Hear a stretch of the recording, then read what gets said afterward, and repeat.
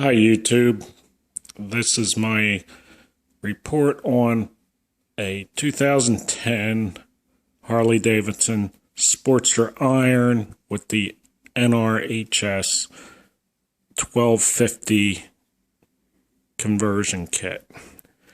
And I'm basically doing this because I found a lot of good information on the web and on YouTube about modifications people did to their Sportsters, and it was very helpful. So I thought if I do this and help one or two people out there, kind of pay it forward.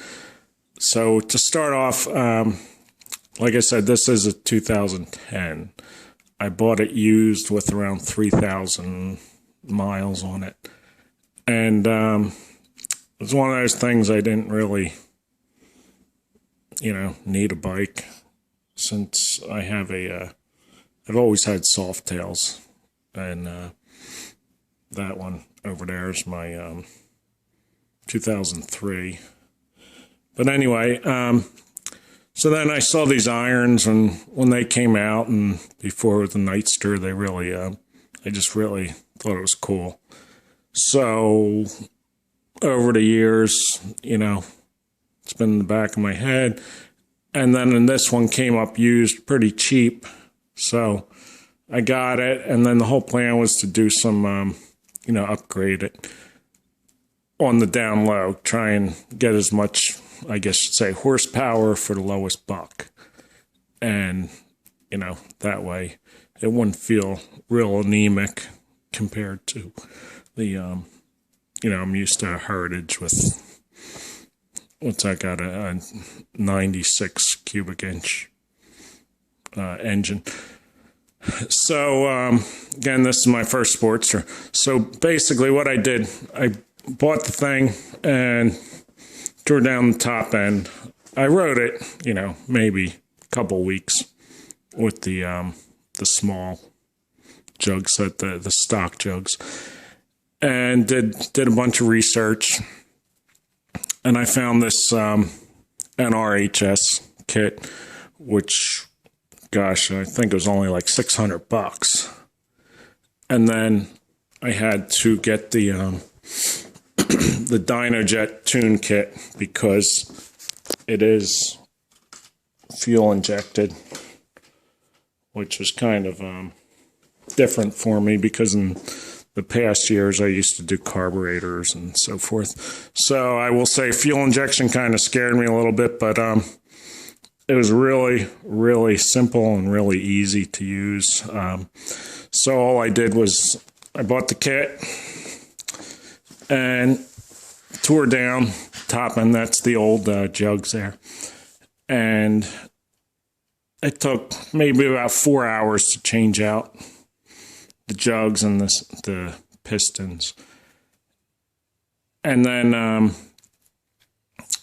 I will say, like, they tell you the torque settings for the cylinder heads, but the rocker boxes and the rocker plates, it wasn't in there. And I guess being the impatient dope that I am, I went to the Harley Davidson dealer to get the service manual on this thing, and they said it was like a 2-week delivery. So I thought, screw it, I'll just kind of wing it.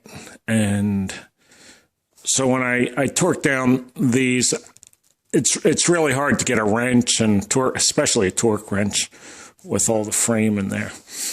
And I guess I went a little too tight. And so when, like, after the first test run, I put around 150 miles on the thing.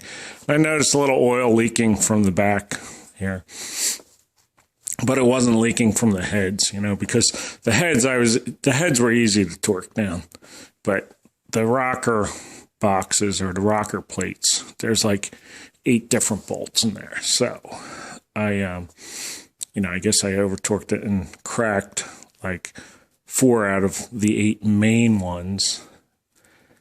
And so when I took it apart, I took it back apart to find out, what the leak was. And here, like I said, four bolts, two in the back and 2 in the front, were totally severed.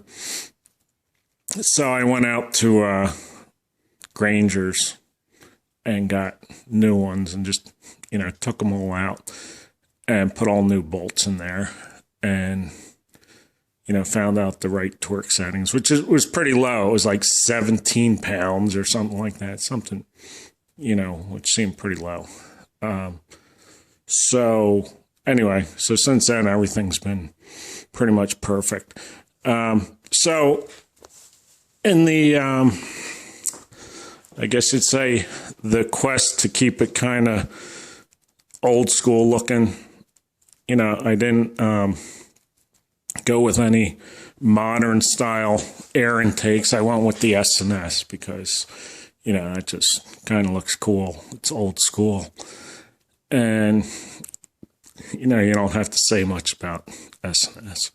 It just looks cool, and they were the first out there, So that's that. And then the pipes went with these Vance and Hines, which, I don't know if they're really old school, but they look cool. And they sound good. And then, so, like all these carb kits or the air intake kits, they all vent the crank vent goes into back into your pistons, and it's supposed to burn it off, which I read at different places. It's, like here's the old cylinders, and you get a lot of carb buildup in there, which there was when I took this thing apart. So instead I rerouted it and, put a breather filter down there. That actually came from like Pep Boys for like $5, and then there was like another $5 worth of tubings and stuff. And I just plugged off, it's somewhere up in there. I plugged off the, the connections that were supposed to vent the crankcase into the, back into the cylinders there. So hopefully I don't get much carb buildup, like, which is a natural thing. And maybe in a year or so, I'll open it up and, look in there, see what it looks like, see if it made any difference, and let everyone know. So then, this NRHS kit, it says it's like, I think it says like 73 horsepower or 75 without cams. And so I thought, there's no need to spend another $300 in cams. I just, put the new cylinders and pistons in there and went with it.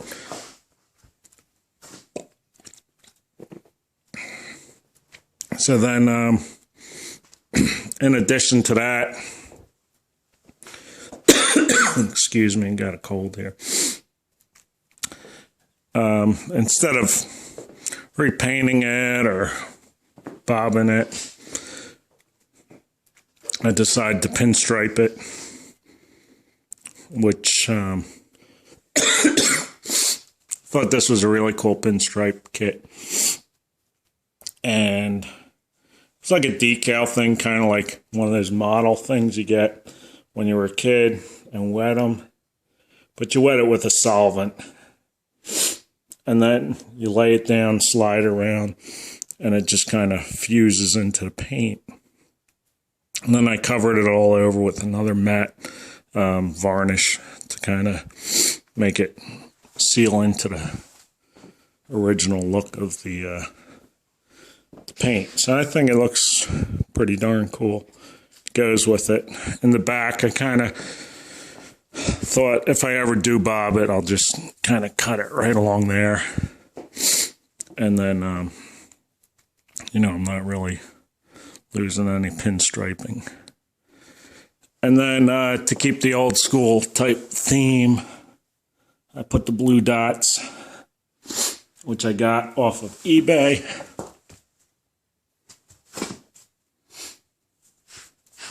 which I thought looked pretty cool. I rode around locally, like the auto places, and some of the people are like, what the hell is a blue dot? I'm like, what, you don't know what old school stuff is? So anyway, I really like that. And then I took out the reflector and put an LED running light, and then there's two others that go on with the brakes so that it lights up the back pretty well. And these things were like, I don't know, $3 at Pep Boys. It was, a real simple wire thing, no big deal. And same thing, like I put a set of tracers in front of the side reflectors, and I got them at Pep Boys for about $9. And then I put this Lepera seat on it, which I got off eBay for maybe 120 or so, which I think looks really cool. It's really well made, really thick leather. I like the stitching, like it's pretty raw looking. And I like, the way it has this lacing on it. Kind of goes with my pinstripes. Kind of like a football or something. Just looks really good. And the springs make it really comfortable. I got to say that the stock seat, I think the stock seat Harley put on was designed so that it breaks your ass and you got to buy a new one. And so I went with, the springs. It really makes a big difference the way this thing rides. It's a little higher than a lot of these seats. If you can see right there, the way it's bolted, it's a little higher.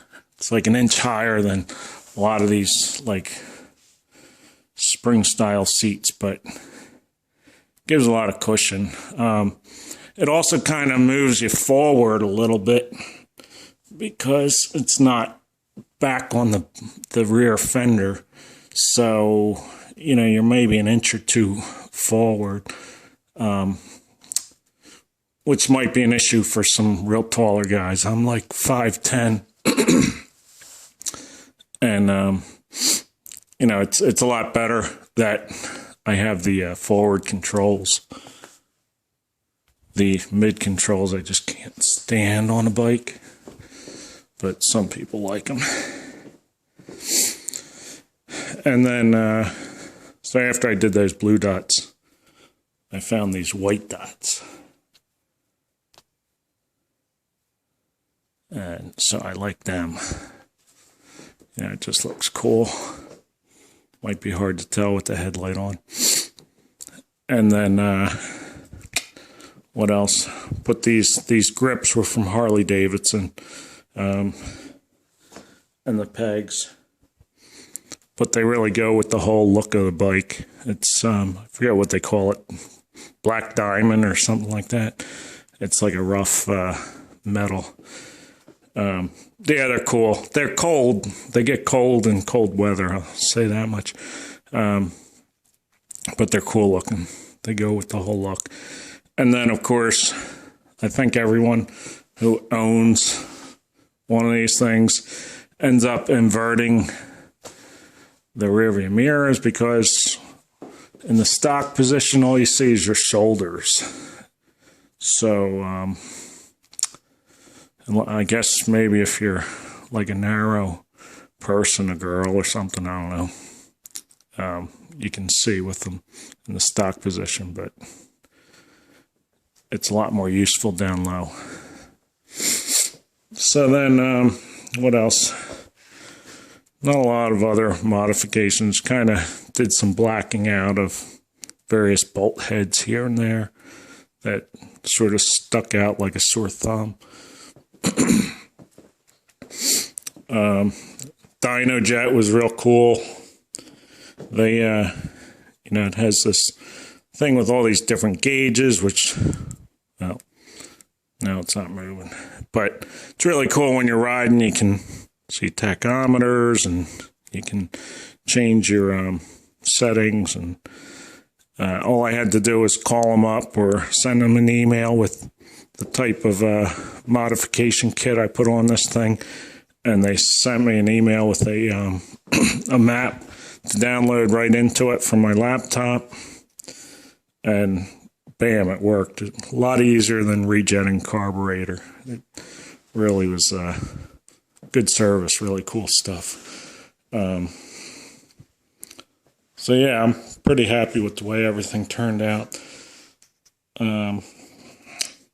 Might be a few other things I do in the near future, and I guess I'll post that. And if you want to hear it, turn it on. Make sure it's in neutral.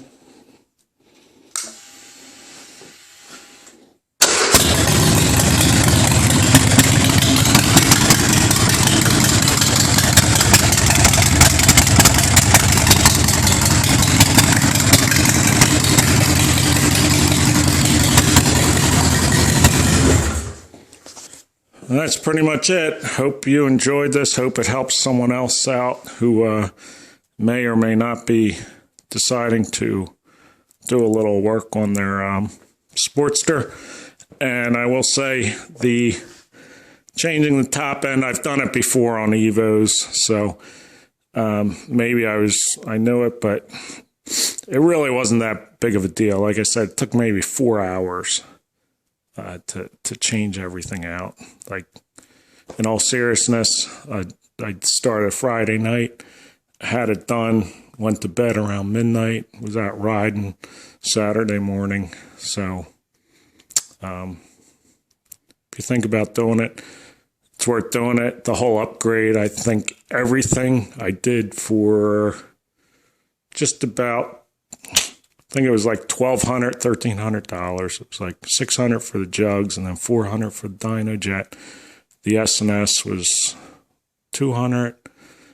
Oh, the Vance and Hines was like $400, and the seat maybe another $200. So whatever, what's that, like $1,800? Everything was less than $2,000, and it's pretty rocking fast. So good luck. Bye.